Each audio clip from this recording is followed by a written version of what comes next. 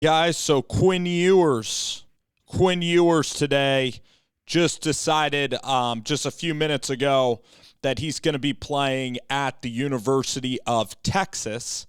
Quinn Ewers going to the Longhorns, obviously a big recruit for Steve Sarkisian for the University of Texas, probably their biggest recruit that they've had in a decade. They're going to pair him with the best running back in college football in Bijan Robinson, and they really can compete.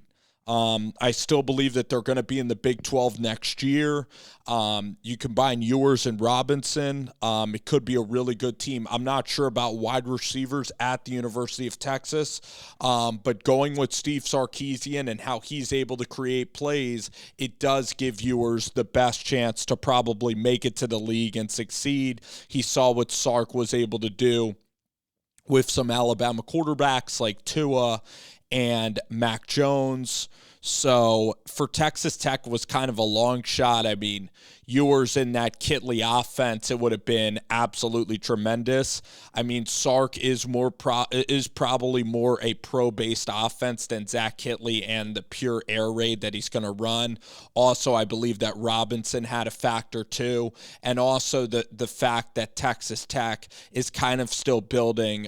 This is the first year here with this is the first year with a new staff, Joey McGuire, and the defense might not be up to par. And then you look at Ewers and the chance for him to kind of lead Texas into the SEC. The fact that I believe he grew up a Longhorns fan. He's just living out, his dream. And sometimes it's tough with his dream school. I think Texas Tech made a really good run at Quinn Ewers.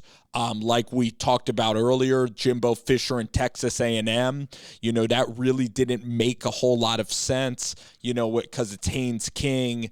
It is very pro-style based. Jameis Winston went to the league from there.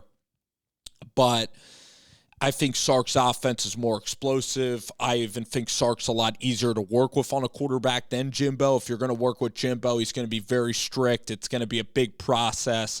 And at Texas, you look at Casey Thompson, and that's who he's going to be battling there. I think he has a good chance of beating out Thompson. And it's not like Hudson Card went in there and lit the world on fire. I think Thompson was the much more productive quarterback. So I think Quinn Ewers should probably win the job.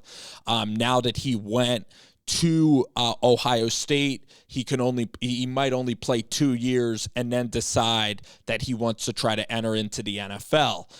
What do I think of Quinn Ewers? I think he's talented. I think he can move around. I think he can really throw the ball efficiently. I want to see him play in a live game.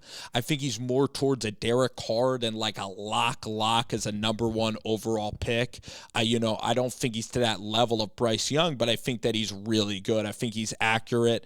I think he plays a lot like Derek Carr at Fresno State, which is a compliment. It means that you're an NFL starter. It means that you have ability. I mean, obviously in high school, what he was able to do at these combines, he was able to show out, and he's the most highly touted quarterback in a long time. There's only a few quarterbacks that I think, that I would consider maybe over Quinn Ewers. I think Ewers is good. And I think that this is huge for the University of Texas. Again, it helps you with recruiting. You can maybe even recruit really good talent around Quinn Ewers. But we have to see, does Ewers play big? He's 6'2". Is he going to play big? Is he going to see his checkdowns? Is he going to play disciplined football? And I can't wait to see the talent. I want to see him play. He is so highly touted that it is a lot of pressure for Ewers to live up to this billing. But in fairness, the guy did get $1 million, which was a smart business move. It's a smart business move.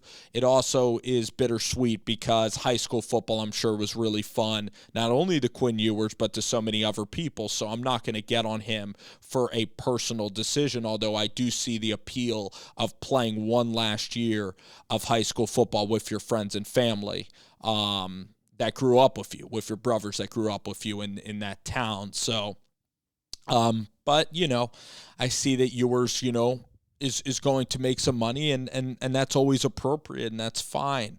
Especially, football is a very physical game and so on and so forth. So Quinn Ewers heads to Texas. Bijan Robinson, Steve Sark. He now has 2 years to kind of build it with Ewers. It also puts pressure on Sark a little bit. Like, if you're going to get this number one prospect, you got to be able to develop him. So overall, it puts Texas really in the spotlight again. Their games are going to be must-see if Quinn's going to be starting. For Texas Tech, it would have been a huge bonus to acquire Ewers, and it would have got the McGuire era started off on an even hotter, start. But there's a lot of really good quarterbacks that still Texas Tech's going to be after. That are even going to probably play more, less improvisational than Quinn Ewers. So it was down to Texas Tech and Texas. I think Bijan Robinson pushed it over the edge, the allure of playing in the SEC, and also just Steve Sarkisian and his track record with NFL quarterbacks being from, going to Washington, Bama, at the Atlanta Falcons in the NFL, replacing Shanahan for that 1 year. Sark is a good play caller. He calls aggressive plays. He has really good concepts, what he was able to do with Mac Jones.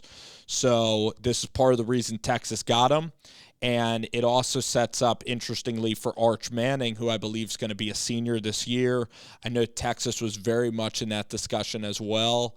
If Quinn Ewers is an absolute stud and Arch wants to maybe play as a freshman, it's going to be very intriguing to see what ends up unfolding. But that's the breaking news this hour, is Quinn Ewers is headed south to Austin.